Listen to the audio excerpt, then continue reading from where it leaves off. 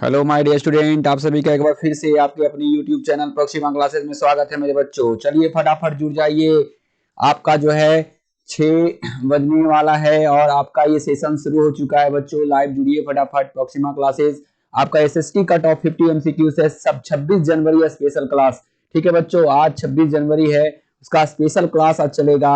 हाँ Proxima classes पे फटाफट जुड़ जाइए। मेरे जितने भी रसगुल्ले हैं, जितने भी जिलेबी हैं, आज हमारा जुड़ जाएंगे। ठीक है, चलिए बच्चों फटाफट जुटिए। विश्वजीत, मौसम, हर्ष, नीतीश, दीपक, रिया, मुस्कान, खुशी, आर्यन, पूजा। ठीक है बच्चों, सभी जुड़ जाइए। अंजलि, अनामिका, तनिषा, पंकज, अनुभव, सपना, सुमन कुमार, भारती, शालिनी, सोनम शर्मा, मनीषा, प्रीतम, निभा यादव, अनुष्का, अभिषेक, रिया, कन्हैया, आदिति, राकेश, चंदन, सभी बच्चे, अन्नी, ठीक है, खुशबू, साइमा, आरडीएक्स, सभी जुड़ जाएंगे। सभी बच्चे फटाफट जुड़िए।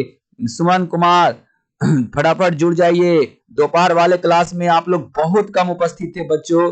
हम कल से आपका दोपहर का क्लास नहीं लाएंगे। ठीक है, हम आपका दोपहर का क्लास कल से नहीं लाने वाले हैं, हम आज ही बता दे रहे हैं। ठीक है, मेहनत मेरा जो है बेकार चला जाता है। चलिए बच्चों फटाफट जुड़ जाइए। फटाफट जितने भी बच्चे हैं हमसे फटाफट जुड़ जाएंगे। ठीक है, लगभग सभी बच्चे लाइव हो जाइए। फटाफट फटाफट इस सेशन को लाइक कर देंगे और जो भी इस चैनल पे नए हैं चैनल को सब्सक्राइब कर लेंगे। मेरे प्यारे बच्चों, आप लोग को 26 जनवरी की हार्दिक शुभकामनाएं। ठीक है, आप सभी बच्चे को मेरे तरफ से बहुत बहुत बहुत बहुत मुबारक। आपका 26 जनवरी, आज ही के दिन हमारा देश जो है गणतंत्र हुआ था, 26 जनवरी 1950 को। चलिए मेरे रसगुल्लो फटाफट फटाफट स्टार्ट करेंगे मेरे देश के शेर। ठीक है, चलिए पहला क्वेश्चन आपके स्क्रीन पे। गोल्डन राइस किस विटामिन से परिपूर्ण रहता है? गोल्डन राइस किस विटामिन से परिपूर्ण रहता है? 4 ऑप्शन आपके स्क्रीन पे आ रहे हैं, देखिएगा और फटाफट कमेंट करिएगा बच्चों। आपका गोल्डन राइस किस विटामिन से परिपूर्ण रहता है? फटाफट कमेंट करेंगे मेरे रसगुल्लो। हम आपके कमेंट का वेट कर रहे हैं बच्चों, फटाफट कमेंट करेंगे। ठीक है, फटाफट कमेंट करेंगे मेरे रसगुल्लो, फटाफट कमेंट करिए। ठीक है,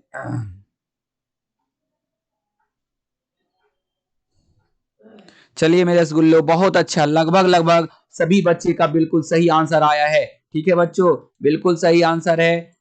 इस क्वेश्चन का आंसर जो है आपका बिल्कुल सही जवाब आया है। ठीक है मेरे रसगुल्लो, एकदम लगभग सभी बच्चे का vitamin A is the right answer this question. जिन बच्चों को विटामिन ए का कमी है वो क्या खाइए? गोल्डन राइस खाइए। ठीक है, गोल्डन राइस खाइएगा बच्चों, तो आपका क्या हो जाएगा? विटामिन ए की कमी दूर हो जाएगा और आपकी आंख से जो आंख पर जो चश्मा लगा हुआ है, ठीक है, जो आप के आंख पर चश्मा लगा हुआ है वो उतर जाएगा मेरे रसगुल्लो।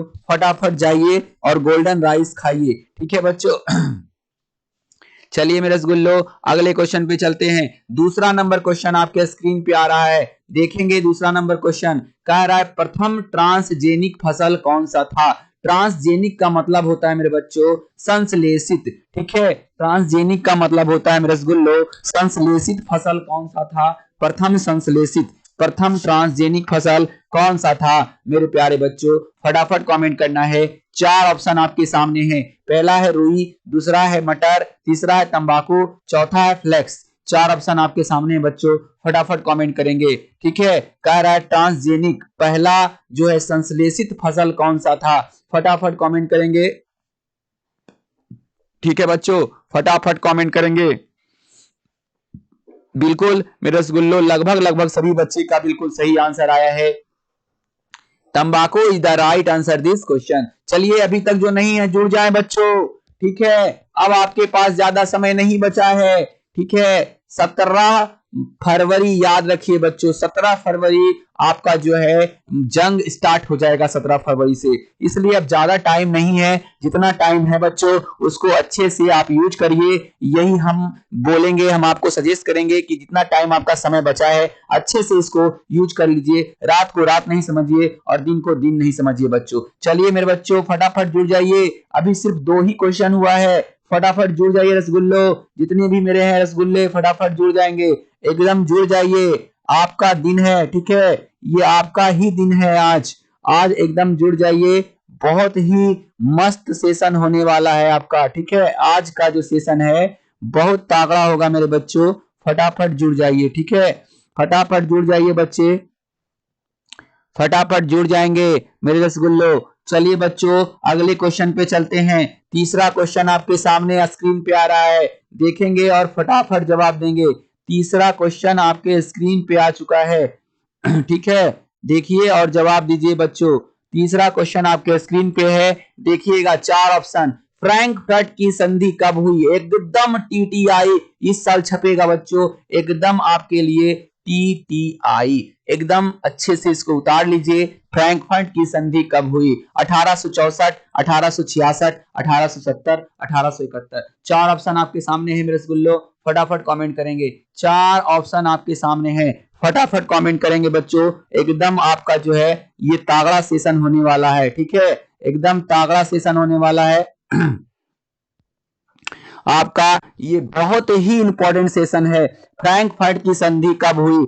एकदम रसगुल्लो इसको छोड़ना नहीं है आपको, ठीक है, इसे आपको छोड़ना नहीं है। बहुत ही तागड़ा, बहुत ही लाजवाब एकदम है ये सेशन आप मिस नहीं कर सकते मेरे रसगुल्लो। फटाफट जुड़ जाइए, अभी तक नहीं जुड़े हैं तो अभी भी मौका दे रहे हैं बच्चों। अभी भी आपका जो है 3 क्वेश्चन आपका शेष अभी हुआ है, मात्र सिर्फ 3 क्वेश्चन हुआ है बच्चों।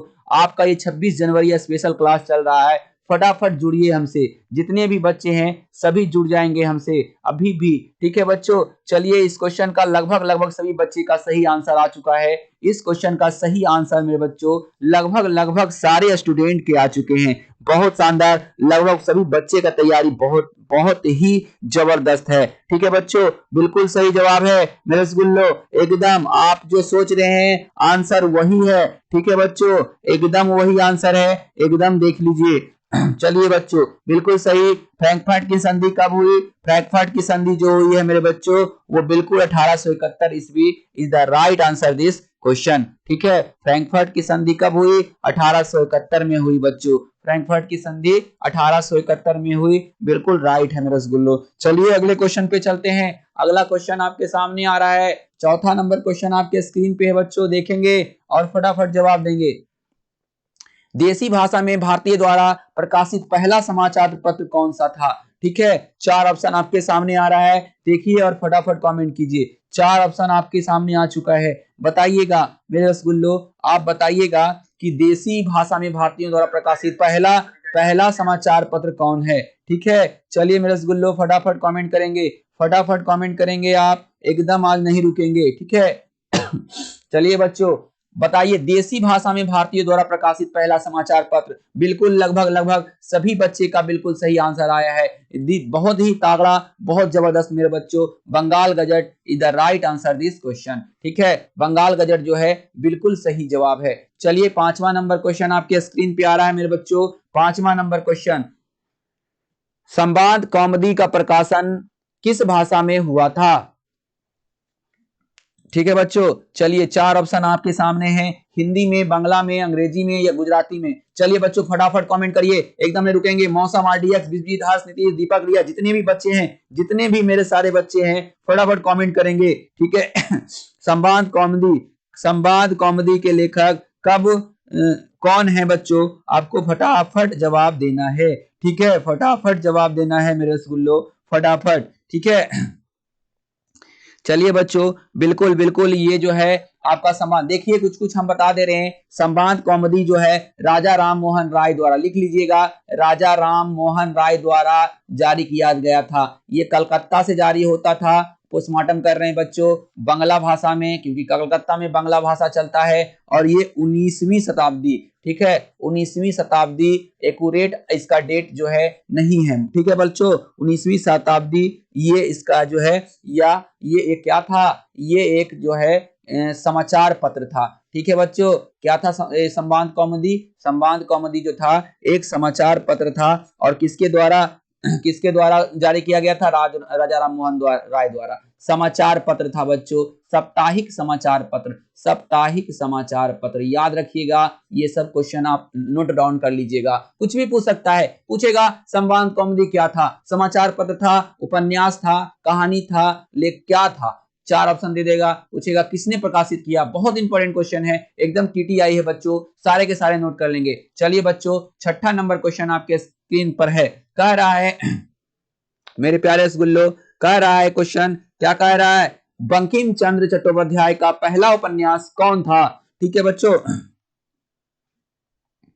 बंकिम चंद्र चट्टोपाध्याय का पहला उपन्यास कौन था। चार ऑप्शन आपके सामने है मेरे बच्चों। बंकिम चंद्र चट्टोपाध्याय बंगाली भाषा के प्रख्यात उपन्यासकार, कवि थे और पत्रकार थे। भारत का राष्ट्रगीत वंदे मातरम इनकी ही रचना है। एकदम रसगुल्लो, एकदम एकदम टीटीआई है। ठीक है, भारत का जो वंदे मातरम है, या वंदे मातरम को आप क्या कहते हैं, राष्ट्रगीत कहते हैं। ठीक है, राष्ट्रगीत। आज 26 जनवरी है, थोड़ा इसके बारे में चर्चा कर लेते हैं। राष्ट्रगीत को हम वंदे मातरम के नाम से जानते हैं। वंदे मातरम इन्होंने ही लिखा था। किन्होंने, बंकिम चंद्र चट्टोपाध्याय लिखे थे। ये बांग्ला भाषी, ये बांग्ला यानी बंगाल के बहुत बड़े पत्रकार, कवि और गद्यकार थे। ठीक है बच्चों, बहुत अच्छा, बहुत मेरे रसगुल्लो।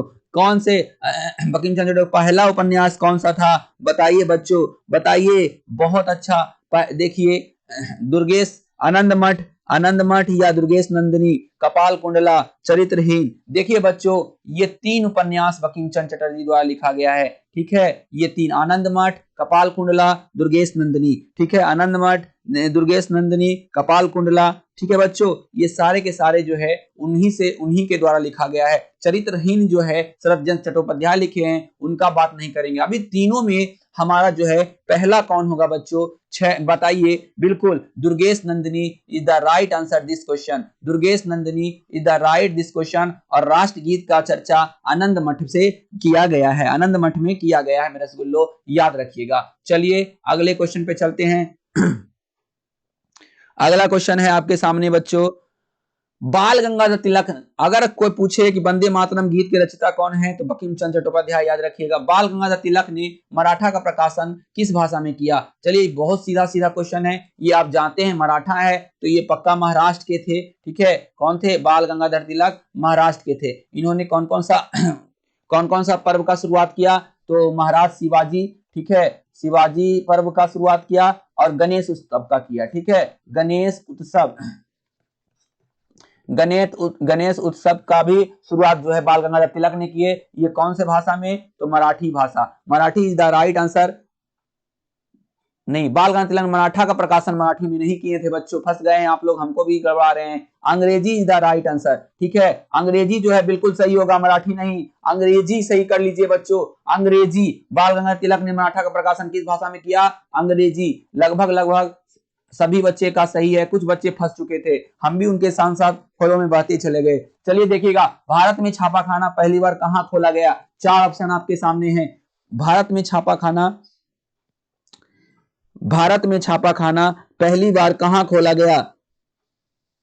चार ऑप्शन आपके सामने हैं बच्चों, कालीकट में, गोवा में, पंडिचेरी में, मद्रास में। ठीक है बच्चों, सबसे पहले कहां खोला गया। ठीक है, प्रिंटिंग प्रेस, इंग्लिश में से प्रिंटिंग प्रेस कहा जाता है छापाखाना को। फटाफट कमेंट कीजिए बच्चों, लेट नहीं करेंगे। बिल्कुल सही जवाब, लगभग सभी बच्चे का बिल्कुल सही जवाब है गोवा।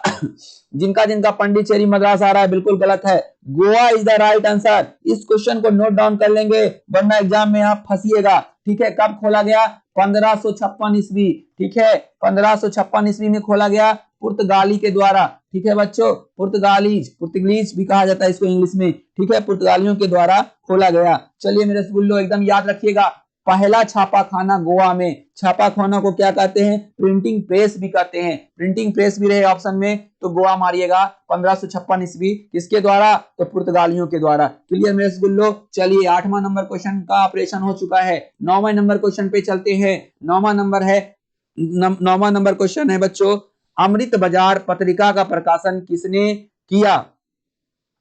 ठीक है, पत्रिका है मेरे बच्चों, एकदम लॉलीपॉप नहीं है, बहुत तगड़ा क्वेश्चन है, इसको लॉलीपॉप समझ के मत खाइएगा वरना अटक जाएगा गर्दन में। अमृत बाजार पत्रिका का प्रकाशन किसने आरंभ किया, ये क्वेश्चन आपके एग्जाम में छप सकता है।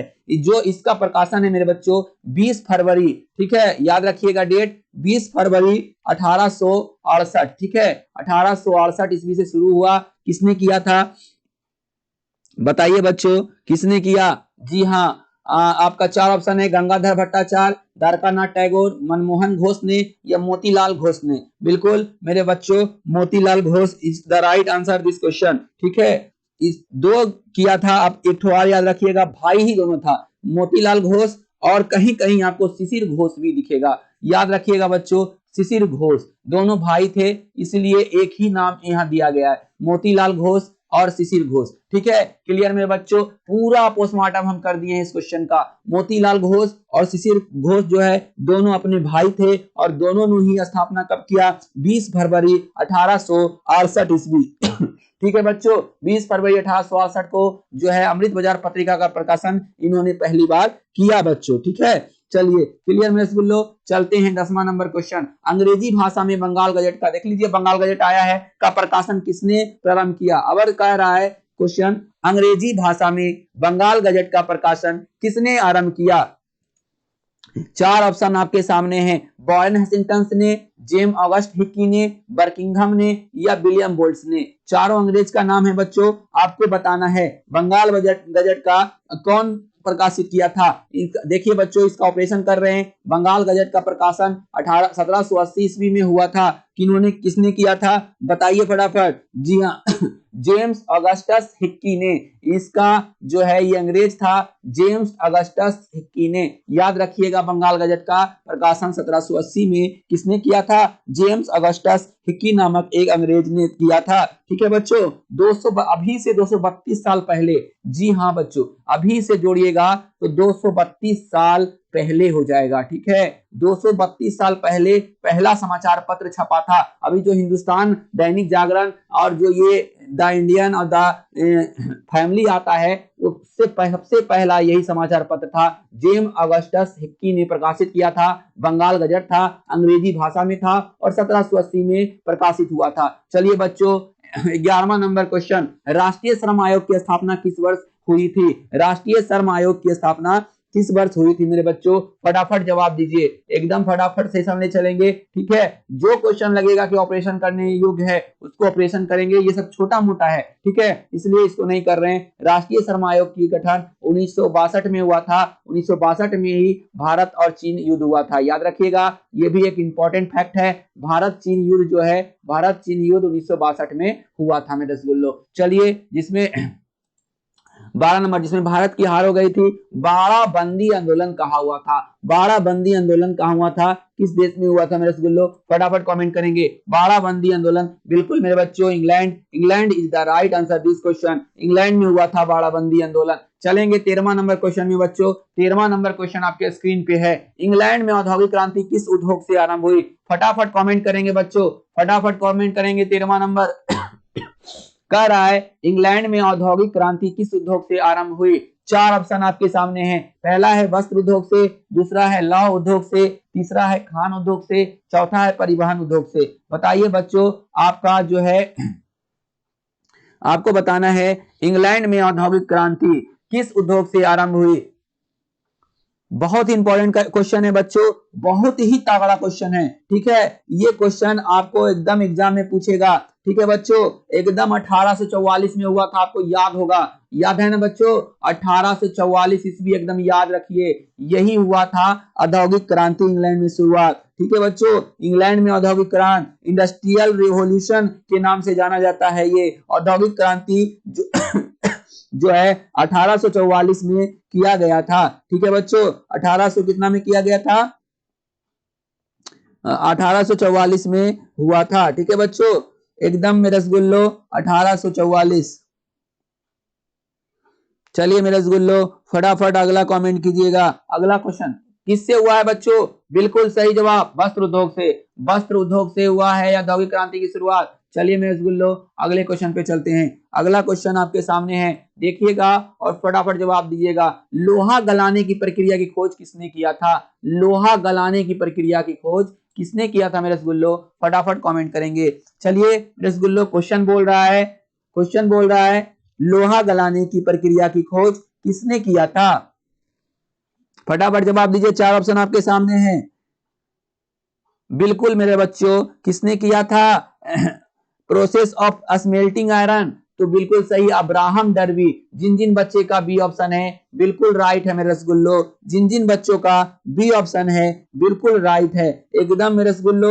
लोहा पहले गलाने का तकनीक नहीं मालूम था, मगर इन्होंने अब्राहम डर्बी ने लोहा गलाने का एक तकनीक दिया। ठीक है बच्चों, अब्राहम डर्बी ने लोहा गलाने की प्रक्रिया की खोज की, बिल्कुल सही जवाब। ठीक है बच्चों चलिए अगले क्वेश्चन पे चलते हैं। अगला क्वेश्चन 15वां नंबर क्वेश्चन आपके सामने है। भारत में लोहा इस्पात, क्वेश्चन बोल रहा है बच्चों, भारत में लोहा इस्पात बनाने का पहला कारखाना कहां खुला? चार ऑप्शन आपके सामने हैं, देखेंगे बच्चों। पोर्टो नोवो में, कुल्टी में, साक्ची में, राउरकेला में। चार ऑप्शन आपके सामने हैं, फटाफट जवाब देंगे।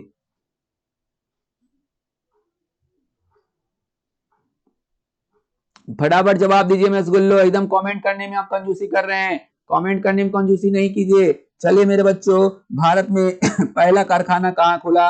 आपका आंसर का में बेट है। ठीक है जी हाँ जी बच्चों, भारत में पहला लौह इस्पात बनाने का कारखाना 1830 में, ठीक है बच्चों, 1830 ईस्वी में खुला था। कहाँ खुला था? जी हाँ आपका जो है ये जो है बिल्कुल मेरे बच्चों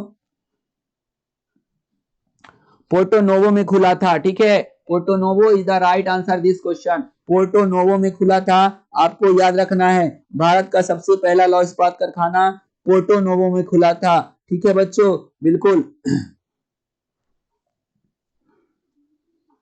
चलिए अगले क्वेश्चन में, कहीं कहीं बच्चों कुल्टी भी आता है, ठीक है, मगर आजादी से पहले पोर्टो नोवो होगा। ठीक है, कुल्टी बाद में हुआ। चलिए बच्चों अगले क्वेश्चन पे चलते हैं। 16वां नंबर क्वेश्चन आपके स्क्रीन पे है। भारत में पहली कपड़ा मिल बंबई 1853 में किसने खोला था? देखिए एसबी दे चुका है, इसमें हमको कोई भी ऑपरेशन नहीं करना है, आपको क्लियर है, ये क्लियर कट है। चलिए, भारत में पहली कपड़ा मिल बंबई 1853 में किसने खोला था? चार ऑप्शन आपके सामने है, बताइए बाबू। जमशेद जी, जीजी भोये ने, जमशेद जी नुसरवाना जी टाटा ने, डीनसा पेटिट ने, या है कौबसी जी नानाजी डावर ने। बिल्कुल बच्चों, नानाजी डावर बिल्कुल सही आंसर है। D is the right answer this question. कौबसी नानाजी डावर ने बिल्कुल सही जवाब।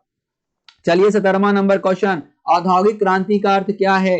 चार ऑप्शन आपके सामने हैं। औद्योगिक क्रांति का अर्थ क्या है? राज सत्ता में परिवर्तन, सामाजिक व्यवस्था में परिवर्तन, सी ऑप्शन है उत्पादन की प्रणाली में परिवर्तन, डी ऑप्शन है वितरण की प्रणाली में परिवर्तन। फटाफट कमेंट करेंगे सभी रसगुल्लो, मेरे जितने भी रसगुल्लो जुड़े हुए हैं चलिए आरडीएक्स, अन्नी, खुशबू, साइमा, रिया, निभा, प्रीतम, मनीषा, सोनम, अनामिका, तनीषा, पंकज, अनुभव, सपना, सुमन, शालिनी, अंजलि, पूजा, आर्यन, खुशी, मुस्कान, रिया, दीपक, नीतीश, हर्ष, विश्वजीत, अंसारी, राकेश, चंदन, कन्हैया, अदिति, सभी बच्चे, रोशन। चलिए बच्चों फटाफट कमेंट करेंगे औद्योगिक क्रांति का क्या है आरडीएक्स। चलिए कमेंट कीजिए बच्चों, जो जुड़े हुए हैं लगभग सभी बच्चे का सही आया है। उत्पादन की प्रणाली में परिवर्तन करना ही औद्योगिक क्रांति का जो है अर्थ है। ठीक है बच्चों, चलिए चलते हैं 18वां नंबर क्वेश्चन आपके सामने है। भारत में किस प्रकार की शासन प्रणाली है? चार ऑप्शन आपके सामने हैं। भारत में किस प्रकार की शासन प्रणाली है? पहला है संघीय और अध्यक्षीय, दूसरा है संघीय और संसदीय, तीसरा है एकात्मक और अध्यक्षीय, चौथा है एकात्मक और संघीय। चार ऑप्शन आपके सामने हैं, फटाफट कमेंट करेंगे बच्चों। आपको पता होगा भारत में सांसद होता है, ना कि अध्यक्ष होता है। ठीक है, ये गलत, ये गलत, ये गलत। बिल्कुल संघीय और संसदीय बिल्कुल राइट आंसर है। यहाँ संसद बनते हैं और हमारे संघ में जो है केंद्र सरकार होता है। चलिए बच्चों 19वां नंबर क्वेश्चन आपके स्क्रीन पे है। पटना नगर निगम के प्रधान को क्या कहा जाता है? चार ऑप्शन आपके सामने है, फटाफट कमेंट करेंगे। पटना नगर निगम के प्रधान को क्या कहा जाता है? महापौर, नगर प्रधान, महापौर, नगर प्रधान, नगर सचिव, इनमें से कोई नहीं। चार ऑप्शन आपके सामने है बच्चों, फटाफट कमेंट करेंगे, फटाफट कमेंट करेंगे। चार ऑप्शन आपके सामने है। पटना नगर निगम के प्रधान को क्या कहा जाता है? बिल्कुल मेरे रसगुल्लो, लगभग सभी बच्चे का बिल्कुल राइट आंसर है महापौर, जिसको इंग्लिश में मेयर भी कहा जाता है। ठीक है, मेयर भी कहा जाता है मेरे रसगुल्लो। फटाफट जो है कमेंट कीजिए। चलिए 20वां नंबर क्वेश्चन इस स्क्रीन पे आ रहा है, भारत में राष्ट्रीय स्तर पर पंचायती राज की स्थापना कब हुई? चलिए बच्चों, चार ऑप्शन आपके सामने हैं। ए है 1959, बी है 1969, सी है 1979 और डी है 1989। बिल्कुल मेरे बच्चों, लगभग सभी बच्चे का बिल्कुल सही जवाब आया है नागौर। याद रखिएगा, नागौर राजस्थान। ठीक है, नागौर राजस्थान से शुरुआत हुआ था इसका, याद रखिएगा बच्चों। ठीक है, नागौर राजस्थान से शुरुआत हुआ था।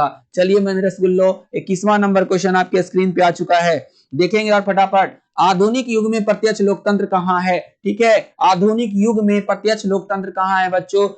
फ्रांस में, ब्रिटेन में, स्विट्जरलैंड में या फिर भारत अपना देश में? प्रत्यक्ष लोकतंत्र आधुनिक युग में, इस युग में लोकतंत्र रहना बहुत मुश्किल है, बताइए कहाँ है? बिल्कुल सही जवाब है प्रत्यक्ष लोकतंत्र जो है स्विट्जरलैंड में है। ठीक है मेरे रसगुल्लो, स्विट्जरलैंड में अभी भी जो है इच्छा मृत्यु का नियम है कि आपका अगर मृत्यु का इच्छा हो गया तो आप मर सकते हैं। ठीक है बच्चों, चलिए मेरे रसगुल्लो 22वां नंबर क्वेश्चन आपके स्क्रीन पे है, कह रहा है भारतीय संघ में किस राज्य को विशेष राज्य का दर्जा है? चार ऑप्शन आपके सामने हैं, फटाफट कमेंट करेंगे, फटाफट कमेंट करेंगे मेरे रसगुल्लो। बिहार नहीं है, ये इसको विशेष राज्य का दर्जा नहीं प्राप्त है, इसे भी नहीं है, इसे भी नहीं है। बिल्कुल सही मेरे रसगुल्लो, सभी बच्चे का बिल्कुल सही है, Jammu Kashmir is the right answer this question. भारतीय संघ में जो है जम्मू कश्मीर राज्य को विशेष राज्य का दर्जा प्राप्त है मेरे रसगुल्लो। चलिए चलते हैं 23वें नंबर क्वेश्चन पे। 23वां नंबर क्वेश्चन कह रहा है भारत में सर्वोच्च न्यायालय के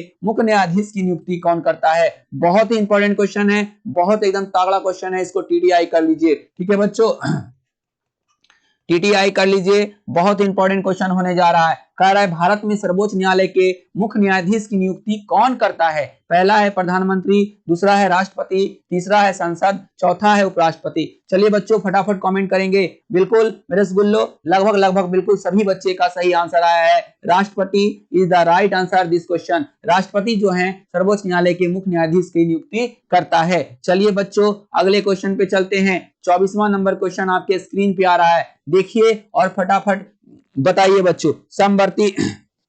समवर्ती सूची में रखा जाता है, किसको रखा जाता है बच्चों? बताइएगा, बताइए मेरे बच्चे फटाफट। चार ऑप्शन आपके सामने हैं, देखेंगे इस क्वेश्चन का थोड़ा सा ऑपरेशन करेंगे हम। इसमें कुल जो है 52 विषय रखा गया है। ठीक है, कुल कितना रखा गया है बच्चों?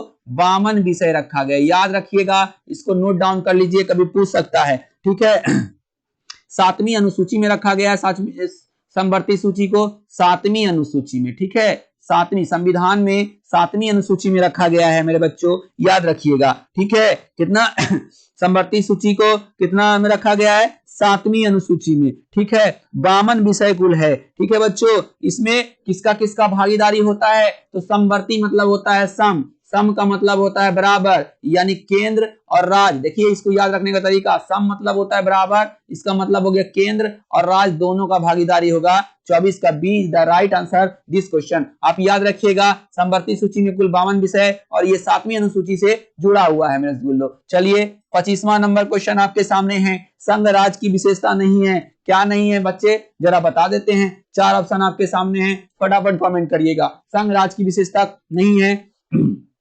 फटाफट कमेंट करिए। आदिति, कन्हैया, अभिषेक, अनुष्का, निभा, प्रीतम, साइमा, खुशबू, अन्नी, फटाफट कमेंट करिए। आरडीएस, मौसम, फटाफट कमेंट करेंगे। पहला है ज्योति, फटाफट कमेंट करेंगे। ज्योति फटाफट कमेंट करेंगे। संघ राज्य की विशेषता नहीं है, लिखित संविधान, शक्तियों का विभाजन, इकहरी शासन व्यवस्था, ये सर्वोच्च न्यायालय पालिका। ठीक है, संघ शासन की क्या विशेषता नहीं है मेरे रसगुल्लो? फटाफट जवाब दीजिए। बिल्कुल मेरे बच्चों, इकहरी शासन व्यवस्था विशेषता नहीं है, बाकी सारे के सारे व्यवस्था हैं। ठीक है बच्चों, संघ भारत जो है एक संघ सरकार है, तो भारत के पास लिखित संविधान है, शक्ति का विभाजन है, राष्ट्रपति का अलग शक्ति रहता है, प्रधानमंत्री का अलग, रक्षा मंत्री का अलग, सर्वोच्च न्यायपालिका भी भारत में है। इसका मतलब संघ राज्य की विशेषता क्या नहीं होगा? इकहरी शासन व्यवस्था, मतलब कि एक ही आदमी के पास सारा पावर नहीं है, सबको अलग अलग है। ठीक है बच्चों, क्योंकि राज्य में मुख्यमंत्री का पावर होता है। आप देखते ही होंगे कि हमारे प्रधानमंत्री जो नरेंद्र मोदी हैं, उनको भी पश्चिम बंगाल में खड़ा रहना पड़ता है, पंजाब में खड़ा रहना पड़ता है। तो इसका मतलब क्या हुआ कि शक्तियों का विभाजन है। चलिए बच्चों, 26वां नंबर क्वेश्चन आपके सामने है बहुत ही इंपॉर्टेंट और बहुत ही तगड़ा क्वेश्चन है। पंचायत समिति का प्रधान कौन होता है? पहला है मुखिया, दूसरा है प्रमुख, तीसरा है सरपंच, चौथा है वीडियो। चार ऑप्शन आपके सामने है, फटाफट कमेंट करेंगे मेरे रसगुल्लो, फटाफट कमेंट करेंगे, ठीक है। बहुत ही तगड़ा क्वेश्चन है, बहुत ही इंपॉर्टेंट क्वेश्चन है, ये क्वेश्चन एकदम छपेगा तो आप अफसोस नहीं करेंगे, ठीक है, एकदम नहीं करेंगे बच्चों, एकदम मेरे रसगुल्लो, एकदम आप लोग को गर्दा गर्दा गर्दा कर देना है, ठीक है। एकदम कोई भी सेशन अभी बचना नहीं चाहिए, एकदम जब तक आपका एग्जाम है एकदम नहीं छोड़ना है, एग्जाम के सिर में एकदम एकदम छेड़ा करना है, ठीक है। पंचायत समिति का प्रधान कौन होता है? मुखिया, प्रमुख, सरपंच, वीडियो। चार ऑप्शन आपके सामने हैं, फटाफट कमेंट करेंगे मेरे रसगुल्लो। लगभग सही बच्चे का बिल्कुल सही आया है, प्रमुख is the right answer this question. प्रमुख जो है बिल्कुल सही जवाब है मेरे रसगुल्लो, प्रमुख जो है बिल्कुल सही जवाब होगा, ठीक है बच्चों। चलिए अगले क्वेश्चन पे चलते हैं। अगला क्वेश्चन 27वां नंबर आपके सामने आ रहा है, देखिए स्क्रीन पे आ चुका है, देखेंगे फटाफट। बिहार में नगर निगम वार्डों की न्यूनतम संख्या क्या हो सकती है? क्वेश्चन बोल रहा है बच्चों, बिहार में नगर निगम में वार्डों की न्यूनतम संख्या क्या है? ठीक है बच्चों, चलिए इसका ऑप्शन देख लेते हैं। पहला ऑप्शन है 37, दूसरा है 40, तीसरा है 48, पांचवा है क्या बच्चों? 42, ठीक है। मेरे रसगुल्लो फटाफट कमेंट करेंगे। अधिकतम तो आपको मालूम होगा पटना में है बच्चों, ठीक है, अधिकतम आपको मालूम है कितना है? पटना पटना में है, ठीक है। ये कितनी आबादी पर बढ़ता है? तो हम इसका थोड़ा सा ऑपरेशन कर देते हैं इसका, ठीक है बच्चों।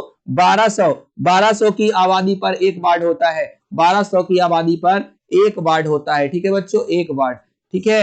चलिए 1200 की आबादी पर एक वार्ड। अब चिवाड़ा में जितना आबादी है उस हिसाब से आप बांट लीजिए, आपका उतना वार्ड हो जाएगा, ठीक है बच्चों मेरे रसगुल्लो फटाफट कमेंट करेंगे, फटाफट कमेंट करेंगे बच्चों कि बिहार में नगर निगम में वार्डों की न्यूनतम संख्या क्या हो सकती है? क्या हो सकती है? उससे कम नहीं होगा बच्चों, बताइए बच्चों फटाफट। नगर निगम में, नगर पंचायत में नहीं बच्चों, नगर निगम पूछ रहे हैं, ठीक है, नगर निगम पूछे हैं, नगर पंचायत नहीं। आपको पता है नगर निगम किसको कहते हैं? याद रखिएगा, देखिए बच्चों नगर निगम किसको कहते हैं? 2 लाख से ज्यादा आबादी वाले शहर को नगर निगम, 2 लाख से ज्यादा वाले, ठीक है, ज्यादा वाले शहर को नगर निगम, ठीक है, नगर निगम याद रखिएगा। नगर निगम का परिभाषा है, लिख लीजिए अगर नहीं याद है तो। नगर निगम कहेंगे 2 लाख से ज्यादा आबादी वाला को नगर निगम, ठीक है मेरे बच्चों, नगर निगम कहेंगे, ठीक है, याद रखिएगा। नगर पंचायत कब होता है? देखिए जैसे चवाड़ा नगर पंचायत बन गया है, आपको इसके बारे में थोड़ा सा जान लेना चाहिए। नगर पंचायत में 12,000 से 12K से 40K के बीच होना चाहिए आबादी, ठीक है। 12,000 से 40,000 का अगर आबादी हो गया तो एक नगर पंचायत हो जाएगा, ठीक है बच्चों, आपको याद रखना चाहिए, याद रखिएगा कम से कम, ठीक है। कभी कभी 12,000 से कम में भी आपका नगर पंचायत बनाया जा सकता है, ठीक है बच्चों। चलिए मेरे रसगुल्लो बिल्कुल कौन सा ऑप्शन सही हो जाएगा? 27 का बिल्कुल सही है, 42 इज द राइट आंसर। न्यूनतम जो है नगर निगम में कितना हो सकता है? तो 42 वार्ड हो सकता है। 42 गुना 1200 करिए बच्चों, लगभग 200 आ ही जाएगा, है ना। चलिए मेरे रसगुल्लो अगले क्वेश्चन पे चलते हैं, ठीक है। अगला क्वेश्चन देखिएगा, 28वां नंबर क्वेश्चन आपके स्क्रीन पे आ चुका है। ग्राम पंचायत का सचिव कौन होता है? इस बार क्वेश्चन तगड़ा है, फंसिएगा बच्चों, एकदम 100% फंसिएगा, संभल करके जवाब दीजिएगा। ग्राम पंचायत का सचिव कौन होता है? एकदम छपेगा बच्चों, यही सब क्वेश्चन आपके एग्जाम में रहेगा, 110%, ठीक है बच्चों, एकदम कंफर्म है। ग्राम पंचायत का सचिव कौन होता है? पहला है उप मुखिया, दूसरा है सरपंच, तीसरा है पंचायत सचिव, चौथा है दलपति। 4 ऑप्शन आपके सामने हैं। ग्राम पंचायत का सचिव कौन होता है बच्चों? उप मुखिया, सरपंच, पंचायत सचिव, दलपति। चलिए बच्चों फटाफट कमेंट करेंगे। लगभग सभी बच्चे का बिल्कुल सही जवाब आया है, पंचायत सचिव is the right answer this question.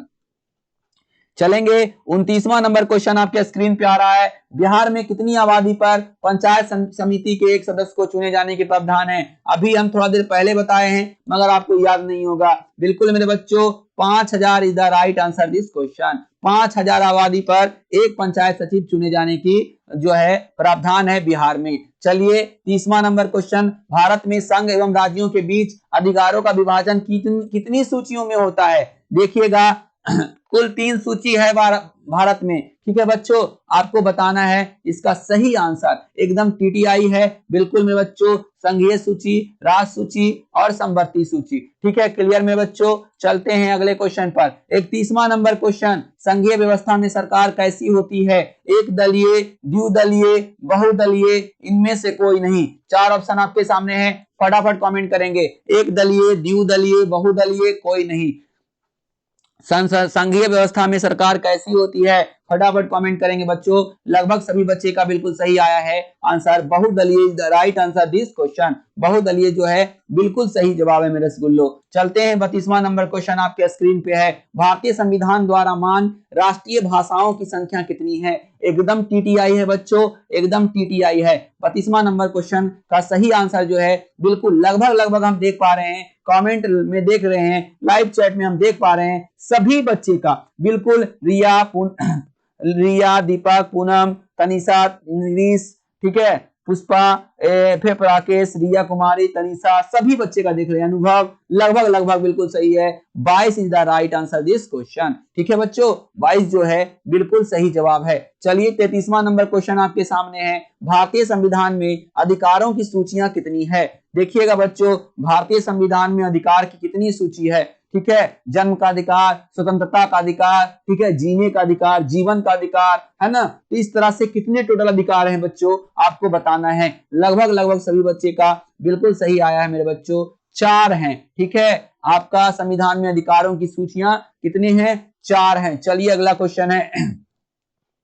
Bihar के स्थानीय निकायों के चुनाव में महिलाओं के लिए आरक्षण का प्रावधान कितना % है? यानी कहने का मतलब है कि जब मुखिया का चुनाव होगा तो उसमें महिलाओं को कितना % आरक्षण दिया जाएगा, ये आपको बताना है। तो आप जानते हैं बच्चों, बिहार में आरक्षण कितना % है? 50%। तभी तो इतना देख रहा है बिहार पुलिस, बिहार दरोगा में खाली लड़की का होता है, लड़का का होता ही नहीं है। 50% आरक्षण है, सीट पहले ही 50% लड़कियों के लिए बुक हो जाता है। अब 50% में लड़का जितना है मरते रहिए। ठीक है बच्चों, चलिए अगला क्वेश्चन है 35वां नंबर क्वेश्चन। भारतीय स्वतंत्रता अधिनियम 1947 के तहत भारत में उस समय कितनी देशी रियासतें थे? एकदम टीटीआई क्वेश्चन, एकदम इंपॉर्टेंट क्वेश्चन बच्चों। इससे ज्यादा इंपॉर्टेंट क्वेश्चन आपको नहीं मिलेगा देखने को। फटाफट जवाब दीजिएगा।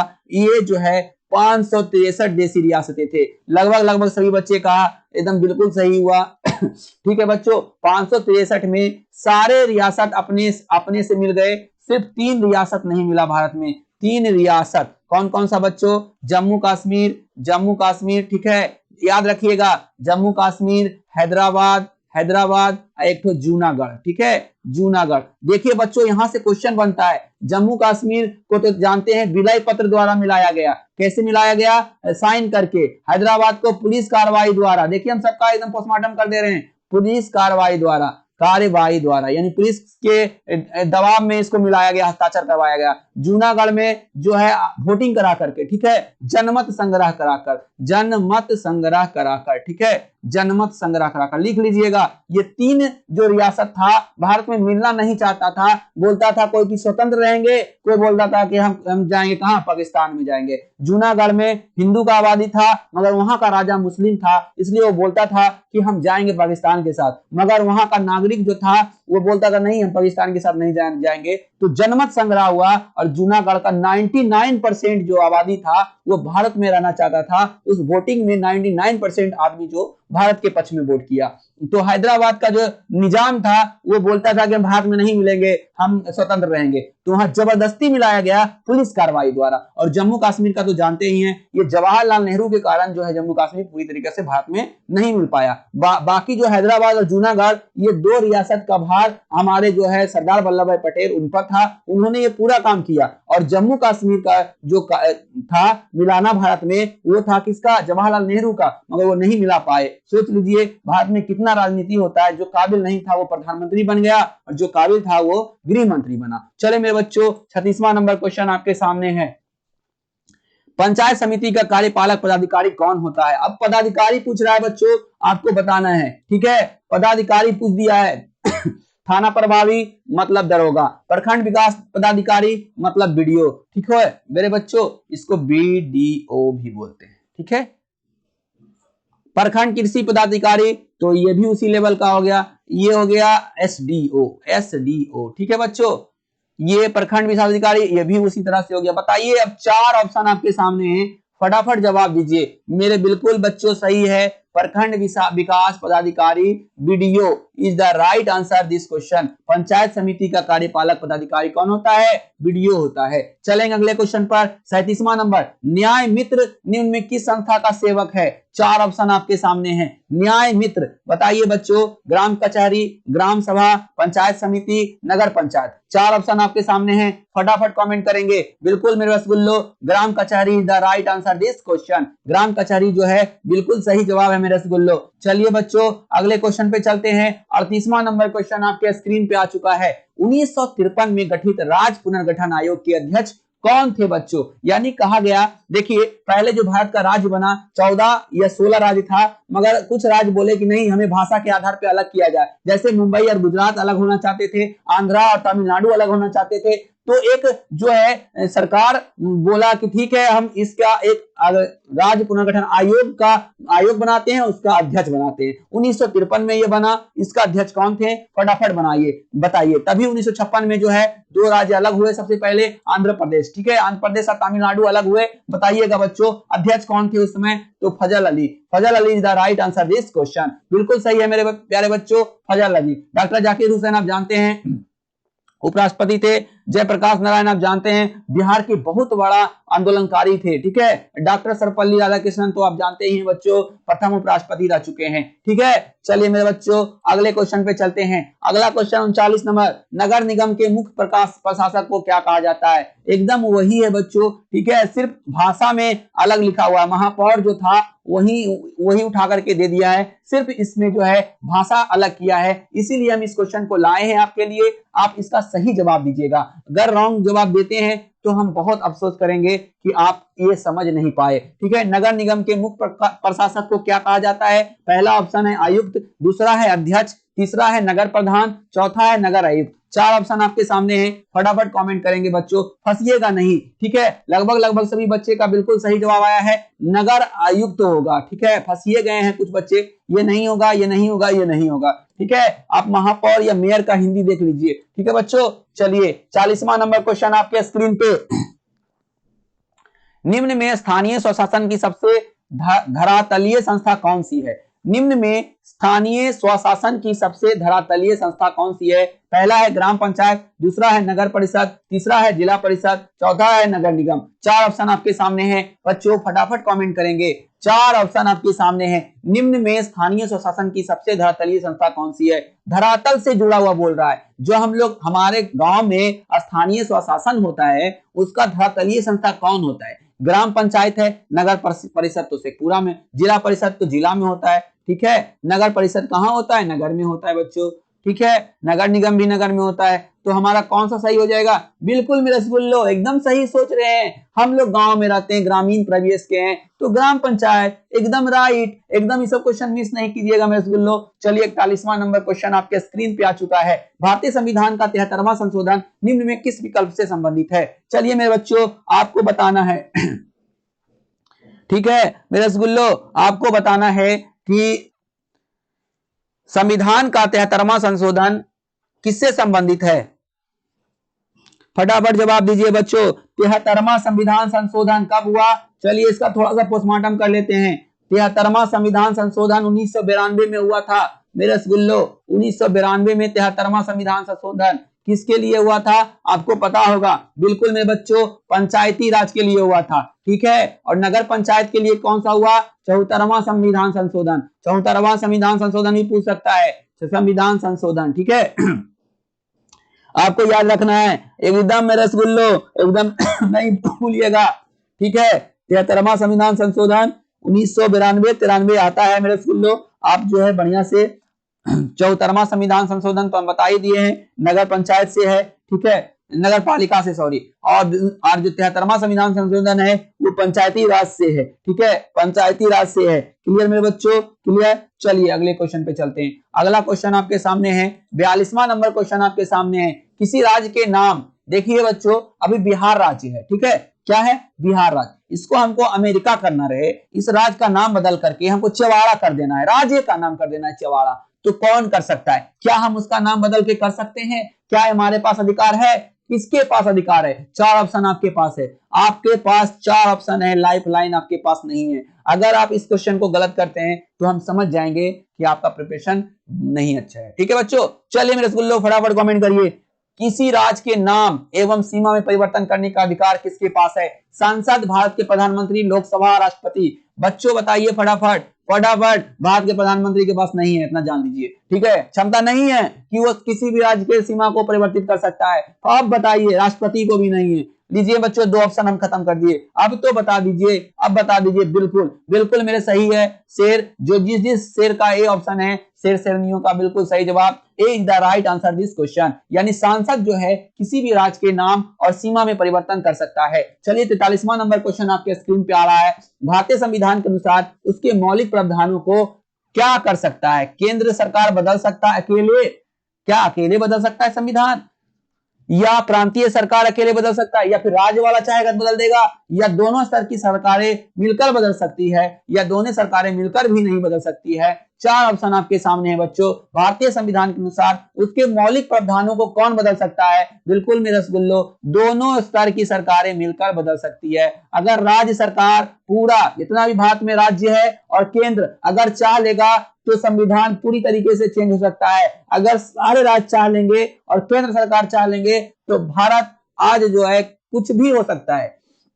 भारत आज राजतंत्र बन सकता है, हिटलरशाही हो सकता है, हिंदू राष्ट्र घोषित हो सकता है, मुस्लिम राष्ट्र घोषित हो सकता है, ईसाई राष्ट्र घोषित हो सकता है। कुछ भी हो जाएगा अगर सारे राज्य मिल जाए और केंद्र सरकार मिल जाए। अगर कोई एक या दो भी अगर विरोध में खड़े होंगे तो प्रावधान ये जो है खत्म हो जाएगा, नहीं चेंज हो पाएगा। ठीक है मेरे बच्चों, चलिए 44वां, हमें लग रहा है कि हम आपको अच्छे से समझा पा रहे होंगे। 44वां नंबर क्वेश्चन आपके स्क्रीन पे है, बहुत इंपॉर्टेंट, बहुत ही तगड़ा। इस क्वेश्चन का हम ऑपरेशन करेंगे।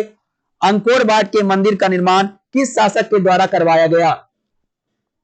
4 ऑप्शन आपके सामने है बच्चों। पहला ऑप्शन है सूर्यवर्मन द्वितीय, दूसरा है नरोत्तम सिंहानौक, तीसरा है कुकांग, इनमें से कोई नहीं। चलिए मेरे बच्चों, बिल्कुल सही जवाब है। इसका निर्माण जो है सूर्यवर्मन द्वितीय सम्राट थे। ठीक है, कब करवाए भाई? 1112 से 53 ईस्वी में। इतना दिन तक इसका निर्माण चला। अंकोर वाट का मंदिर कहाँ है बच्चों? ये जो है आपका इंडोनेशिया में है। इंडोनेशिया, अंकोर वाट का मंदिर इंडोनेशिया में है। किससे संबंधित है बच्चों? सूर्य भगवान से। ठीक है, सूर्य भगवान का ये मंदिर है, आपको याद रखना है। ठीक है बच्चों, किस भगवान का है? सूर्य भगवान का। अंकोर वाट कहाँ स्थित है? इंडोनेशिया में स्थित है, आप याद रखिएगा। अंकोर वाट का मंदिर कहाँ स्थित है? आपको याद रखिएगा। ठीक है, कंबोडिया है। ठीक है बच्चों, क्लियर। चलिए मेरे रसगुल्लो, इतना हम ऑपरेशन कर चुके हैं। चलेंगे अगले क्वेश्चन पे। 45वां नंबर क्वेश्चन आ चुका है। हिंद चीन क्षेत्र में कौन से देश आते हैं? एकदम टीटीआई है रसगुल्लो, एकदम इस क्वेश्चन को टीटीआई का स्क्वायर करेंगे। ठीक है, एकदम टीटीआई का स्क्वायर करेंगे हम इस क्वेश्चन को। हिंद चीन क्षेत्र में कौन से देश आते हैं? पहला ऑप्शन है चीन, वियतनाम, लाओस। दूसरा है हिंद, चीन, वियतनाम, लाओस। तीसरा है कंबोडिया, वियतनाम, लाओस। चौथा है कंबोडिया, वियतनाम, चीन, थाईलैंड। तो मेरे रसगुल्लो, ये हिंद चीन मतलब चीन नहीं आता है। ऐसा नहीं समझ लीजिए कि हिंद है तो हिंदुस्तान और चीन है तो चीन, गलत। चीन जिसमें भी है सारा ऑप्शन गलत है। तो चीन इसमें भी है, इसमें भी है, किसमें नहीं है बच्चों? कंबोडिया, वियतनाम, लाओस, बिल्कुल राइट है। हिंद चीन क्षेत्र में कंबोडिया, वियतनाम और लाओस आते हैं। क्लियर मेरे रसगुल्लो? चलिए अगले क्वेश्चन पे। 46वां नंबर क्वेश्चन आपके सामने है। The history of the loss of Vietnam किसने लिखा? 4 ऑप्शन आपके सामने है बच्चों, फटाफट कमेंट करेंगे। The history of the loss of Vietnam किसने लिखा? जी हाँ, बिल्कुल सही। हो ची मिन ने, फाओ बोई चाओ ने, कुआंग ने या त्रियू ने। लगभग 100% बच्चे का सही ऑप्शन आया है फान बाओ चेई। ठीक है, बहुत ही टेढ़ा नाम है। ये चाइनीज लोग कैसे कैसे नाम रख लेते हैं। फॉन बेऊ चाऊ, पाऊ पी पोपी, ऐसा वैसा नाम है कि याद करते करते हालत खराब। 47 हुआ आंदोलन किस प्रकृति का था? देख लीजिए बच्चों, वही लोग का है हुआ आंदोलन। हुआ करता था। ठीक है, तो कौन था, कैसी प्रकृति की थी, क्रांतिकारी था, धार्मिक था, साम्राज्यवाद समर्थक था, या क्रांतिकारी और धार्मिक दोनों था। मेरे स्कूलों 4 ऑप्शन आपके सामने है, फटाफट कमेंट करेंगे। हुआ आंदोलन किस प्रवृत्ति का था? चलिए बच्चों फटाफट कमेंट कीजिए। और हाँ, आज 8 बजे आपका स्पेशल 26 जनवरी आपका क्लास होने जा रहा है, टॉप 50 साइंस क्वेश्चन। आज का सेशन बहुत कम समय में कंप्लीट होगा, क्योंकि थोड़ा शॉर्ट वीडियो बन चुका है मेरे बच्चों। थोड़ा शॉर्ट वीडियो बनाएंगे, क्योंकि 9 बजे वाला जो क्लास होता है ना 12th का, उसमें थोड़ा सा लेट हो जाता है, इसलिए हम आज सोचे हैं 45 मिनट का ही आपका क्लास आज होगा 8 बजे से। ठीक है, चलिए जुड़ जाइएगा बच्चों, जितने भी बच्चे हैं, RDX, मौसम, विश्वजीत, हर्ष, नीतीश, दीपक, रिया, मुस्कान, खुशी, आर्यन, पूजा, अंजलि, अनामिका, तनिषा, पंकज, अनुभव, सपना, सुमन, कुमार, शालिनी, अभिषेक, अनुष्का, निभा, रिया, चंदन, राकेश, कन्हैया, रिति, प्रीतम, मनीषा, सोनम, अन्नी, खुशबू, साइमा, जितने भी बच्चे हमसे जुड़ते हैं सारे के सारे जुड़ जाएंगे। ठीक है, सारे के सारे जुड़ जाएंगे, समझे बच्चे, सभी जुड़ जाएंगे। सत्येंद्र आप भी जुड़ जाएंगे, बहुत अच्छा बच्चों, लगभग सभी बच्चे ज्योति जुड़ जाएंगे। ठीक है, चलिए हुआ आंदोलन कब हुआ था, यानी कैसा प्रकृति का था? बिल्कुल मेरे स्कूलों, बिल्कुल क्रांतिकारी और धार्मिक दोनों था। ठीक है बच्चों, क्या था? क्रांतिकारी भी था और धार्मिक भी था, यानी डी ऑप्शन जो है बिल्कुल राइट हो जाएगा मेरे स्कूलों। चलते हैं अगले क्वेश्चन, 48वां नंबर क्वेश्चन आपके स्क्रीन पे आ रहा है। जिनेवा समझौता कब हुआ? जिनेवा समझौता कब हुआ? 4 ऑप्शन आपके सामने हैं, एकदम टीटीआई है मेरे बच्चों, एकदम टीटीआई है। जिनेवा समझौता कब हुआ? क्वेश्चन बोल रहा है बच्चों, देखेंगे हम। चलिए बच्चों फटाफट जवाब दीजिए, जिनेवा समझौता कब हुआ? बिल्कुल मेरे बच्चों, लगभग बिल्कुल सही जवाब आया है। बिल्कुल सही जवाब है। ठीक है, एकदम 1954 is the right answer this question. चलिए थोड़ा सा हम इसका ऑपरेशन कर लेते हैं। ठीक है बच्चों, जिनेवा समझौता फ्रांस और वियतनाम के बीच हुआ था, फ्रांस और वियतनाम के बीच। ठीक है, फ्रांस और वियतनाम के बीच। ठीक है, वियतनाम याद रखिएगा मेरे स्कूलों, भूलिएगा नहीं। ठीक है, याद रखिएगा। ठीक है ना रे, कब हुआ था बच्चों, कब हुआ था याद है आपको? हाँ, 1954 में हुआ था। चलिए मेरे बच्चों, या ऑस्ट्रिया और फ्रांस भी कर सकते हैं। ठीक है, ऑस्ट्रिया या फ्रांस भी कर सकते हैं, कभी कभी ऑस्ट्रिया भी आ जाता है, वियतनाम भी आ जाता है, याद रखिएगा। ऑप्शन के हिसाब से मानिएगा, फ्रांस और ऑस्ट्रिया भी हो सकता है। चलिए 49वां नंबर आपके सामने है बच्चों। ठीक है, वियतनाम का एकीकरण कब पूरा हुआ? क्वेश्चन है, वियतनाम का एकीकरण कब पूरा हुआ? फटाफट जवाब दीजिएगा बच्चों, वियतनाम का एकीकरण कब पूरा हुआ? बहुत इंपॉर्टेंट क्वेश्चन है। ठीक है मेरे स्कूलों, वियतनाम का एकीकरण कब हुआ? बताइए बच्चों। बहुत अच्छा, लगभग सभी बच्चे का सही आंसर आ रहा है। ठीक है, कब हुआ बच्चों? बिल्कुल मेरे स्कूलों, 1875 is the right answer this question. ठीक है, 1875 जो है बिल्कुल सही जवाब है। वियतनाम का एकीकरण जो है 1875 में हुआ था। चलिए चलते हैं अगले क्वेश्चन पे। अगला क्वेश्चन आपके स्क्रीन पे आ चुका है। लाल खमेर सेना किसकी थी?